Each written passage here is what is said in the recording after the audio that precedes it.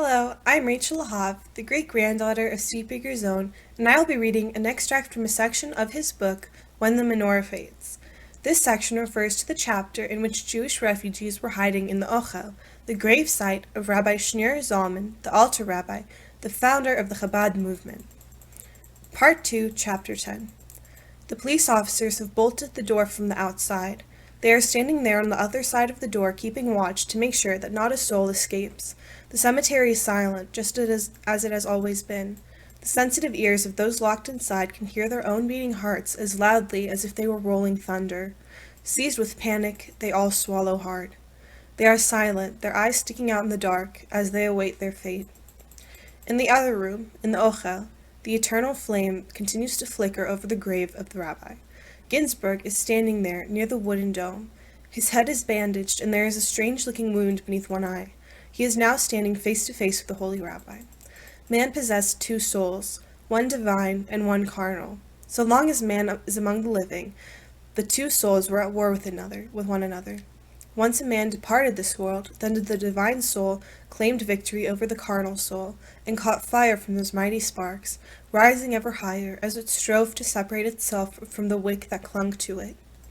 The light of God is the soul of man. That soul strove to reconnect with its roots and source, with everlasting life. Up to this point, Ginsburg's divine soul had been held captive inside the carnal soul, but in just a little while it would return to the house of its father, where it spent its youth, as it were, back when it was a part of the light of Ein Sof. The end of this earthly life was now approaching, and darkness was going to be turned into light. A festive feeling began to fill Ginsburg up inside. In the silence of the Ochel, it seemed to him that the altar rabbi was standing over him, observing him, and examining his heart and insides. "O holy rabbi, your children are in a rough spot. Pray for us. Were it not for the prayers of the righteous in the world to come, this world here would not be able to continue to exist for even a single moment." Ginsburg's eyes were closed. Suddenly, he felt that a wave of light was flooding the Ochel. It was coming up above, from below, from all sides. And then he heard a heavenly voice filling up the Ochel as it repeated what it had to say a second and a third time. "I could not suffer this," said the voice. "The trait of Yaakov is the trait of mercifulness.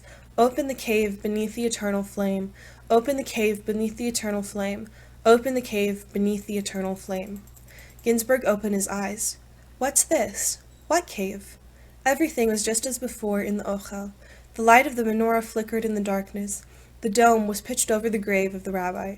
In a dim, secretive light, the Hebrew letters glowed where they were etched in the marble tablets. There were whispers all around, the sounds of rustling murmurs. Ginsburg turns his head, and so it is. Since they had nowhere to turn, and the people hiding out in the shtibel had come to the realization that they were trapped in the vise of death, they had slipped into the Ochel to seek protection of the rabbi. Very carefully, Binyamin moved aside the little table upon which the eternal flame stood. Beneath the table, there was a short, dusty runner, and beneath the runner, there was a camouflaged wooden hatch. Binyamin lifted the hatch, and a black opening gaped before him. A few rungs led downward. He went down and came upon and against a closed door. With a creaking sound, the door opened. Binyamin lit a match. There was a cave. Had he actually been here some other time long ago? He recalled one of the stories he had heard from Esther the noodle-maker. In some ancient dream, it seemed that the cave led down to the river. He went back into the Ochel. As one, the prisoners all rose from their seats. All eyes were fixed on him in fear and hope. He put his fingers to his lips. The main thing was not to start a riot. In the other room, they could hear the hoarse songs being sung by the drunk murderers. One by one, they were swallowed up in the cave. Shapiro steps down. Then Berman begins to descend. Now it's Ginsburg's turn. But what is he doing, the madman? Instead of descending into the cave, he is closing the door, spreading the runner back out, and returning the table to its regular spot. All the while he continues to sing lines from the Book of Psalms. Berman, Shapiro, and Leipke, who were the last ones to descend, stood there for a little while on the underground rungs, with their heads bent and their ears alert, waiting for Ginsburg. It seemed that the latter had no intention of interrupting his prayers. From above they can hear his muffled voice as it penetrates every world. "Deliver me out of the mire, and let me not sink. Thou art my help and my deliverer. O Lord, make no tarrying. Let the sighing of the prisoners come before thee. Liebke breaks out into suppressed tears. Father! Shapiro silences him. It can only be that Ginsburg intends to delay the murderers. When they fall asleep, he too will slip out of the Ocho. His voice is lulling them to sleep. He is putting himself in danger for the sake of the entire group. Let's go, Shapiro says in a whisper. In the cave, they all now move along silently. They tread softly. The people are holding their breath. Benjamin is walking out in front. From time to time, he lights a match and looks around. Then, he takes a few more steps. Another match is lit and illuminates a patch of the cave.